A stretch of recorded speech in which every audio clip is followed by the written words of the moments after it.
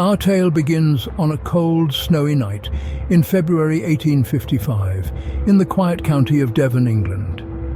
As winter's frosty breath swept across the landscape, a fresh blanket of snow gently enveloped the countryside, transforming it into a serene white wonderland. The quaint houses, ancient churches and sprawling farmlands were all adorned in a glistening coat of white, their features softened by the snow's delicate touch.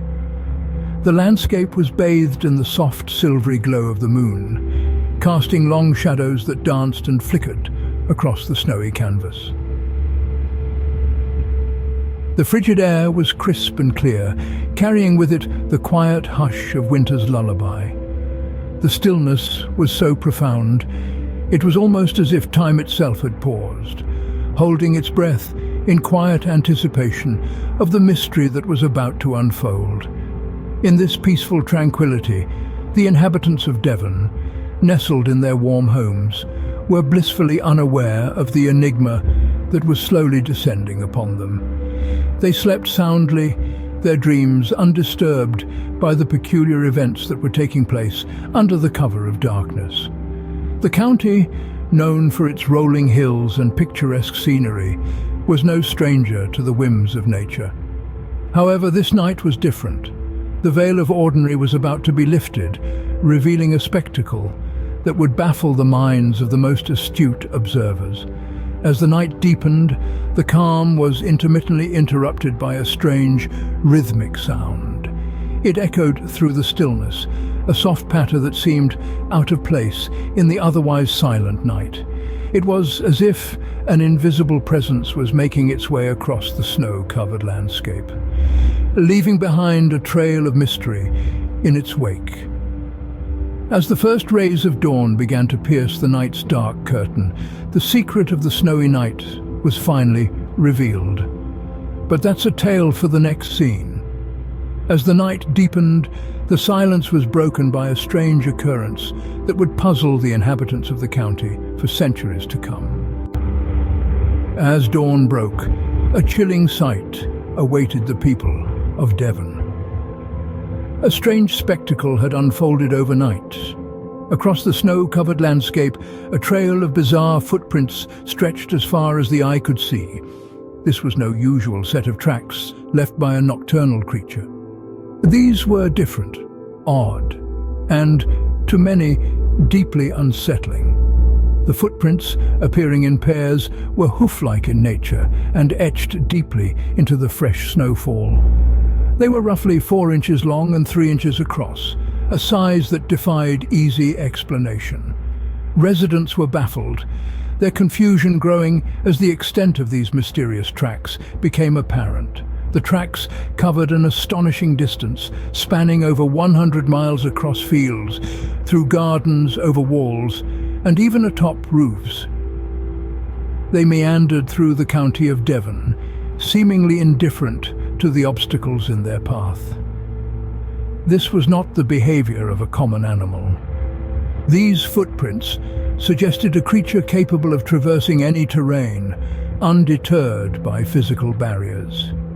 The discovery of the footprints sparked widespread shock and disbelief among the locals. Conversations were dominated by theories and speculations, each wilder than the last. The local newspaper, the Exeter Flying Post, ran stories of the bizarre discovery, further fueling the growing sense of unease.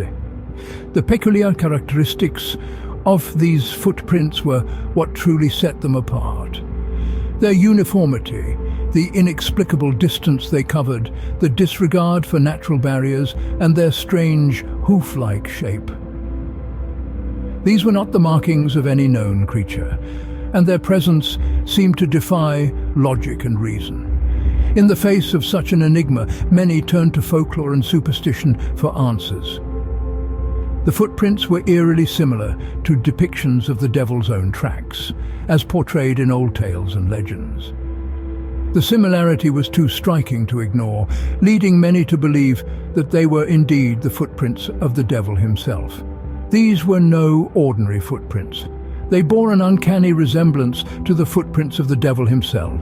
The footprints sparked a flurry of investigations, theories, and speculations. At the heart of the storm was the local constabulary, who found themselves as baffled as the public. They measured, they photographed, they documented, but the footprints remained an enigma, a puzzle that refused to be solved. The local populace, too, was not idle. They set their minds to the task, each coming up with their own theories. Some suggested the footprints were the work of a prankster, though the sheer breadth of the phenomenon made this unlikely.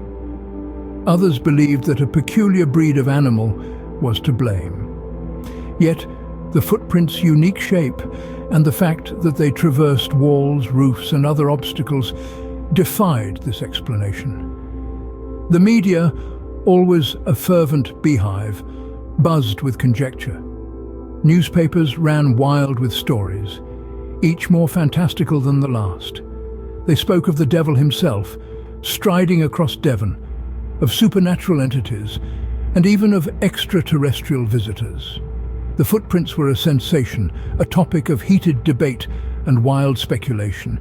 They were the talk of the town, the country, the world. And what of the scientists, the rational minds in this sea of chaos? They, too, were drawn into the mystery. Yet, their investigations produced little more than shrugs and furrowed brows. They examined the footprints, they dissected the reports, they studied the photographs. They even consulted zoologists, meteorologists, and geologists in a desperate search for answers. But the footprints defied logic and reason.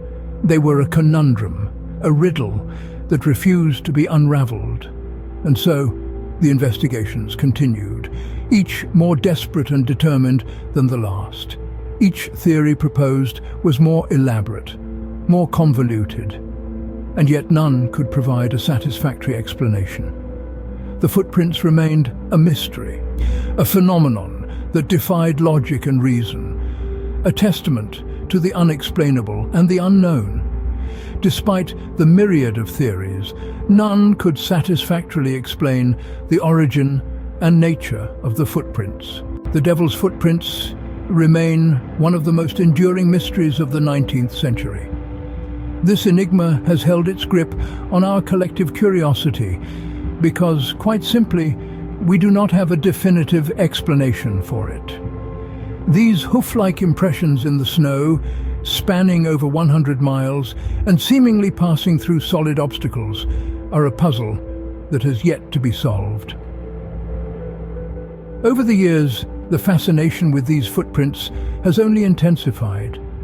We are drawn to the unknown, captivated by the inexplicable. The footprints have become more than just a historical curiosity. They represent the allure of the unresolved, the thrill of the enigma. They are a symbol of our collective desire to probe the mysteries of our world, to unravel the unknown, and to seek answers where none seem to exist. The lack of a concrete explanation has led to a proliferation of theories. Some propose that the footprints were the work of a prankster, though the sheer scale and complexity of the phenomenon make this unlikely. Others suggest that an unknown animal may be responsible, yet no known creature matches the description of the footprints. More outlandish theories invoke the supernatural, attributing the footprints to the devil himself. Yet none of these theories have been able to provide a satisfactory explanation that accounts for all the observed facts. The footprints challenge our understanding of the world and force us to confront the limits of our knowledge. They remind us that there are still mysteries out there waiting to be solved. The footprints have become a touchstone for mystery enthusiasts, a symbol of the enduring allure of the unknown. As we continue to seek answers, the footprints remain a tantalizing enigma, a mystery that continues to capture our imagination.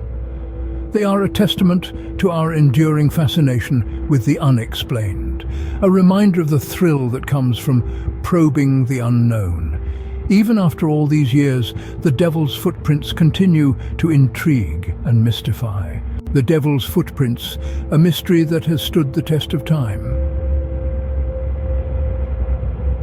A tale that's been handed down from generation to generation, captivating the minds of the curious and the brave.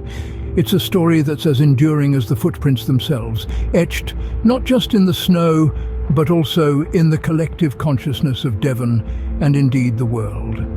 Let's take a moment to revisit the enigma that unfolded on that frosty night in 1855. A network of hoof-like prints appearing as if out of nowhere, stretching over 100 miles across the snow-covered landscape of Devon, England. These prints, eerily similar to those of a cloven hoof, traversed through seemingly insurmountable barriers, defying logic and reason. The discovery of these perplexing tracks sparked a wave of investigations, both professional and amateur. Yet, despite the tireless efforts of many, no definitive explanation has ever been found. Theories ranged from the plausible to the absurd, from wandering animals to the supernatural. Yet none could fully account for the sheer scale and inexplicable nature of these footprints. This enduring mystery has held a firm grip on the popular imagination, inspiring a myriad of stories, artworks, and cultural references. The Devil's Footprints have become a symbol of the unexplained, a testament to the mysteries that still lurk in the corners of our world, waiting to be discovered. And so, as we delve into the unknown, we are reminded of the power of mystery, of the thrill that comes with the unexplained. It's a reminder that not all things can be neatly explained away, that sometimes the mystery is the story.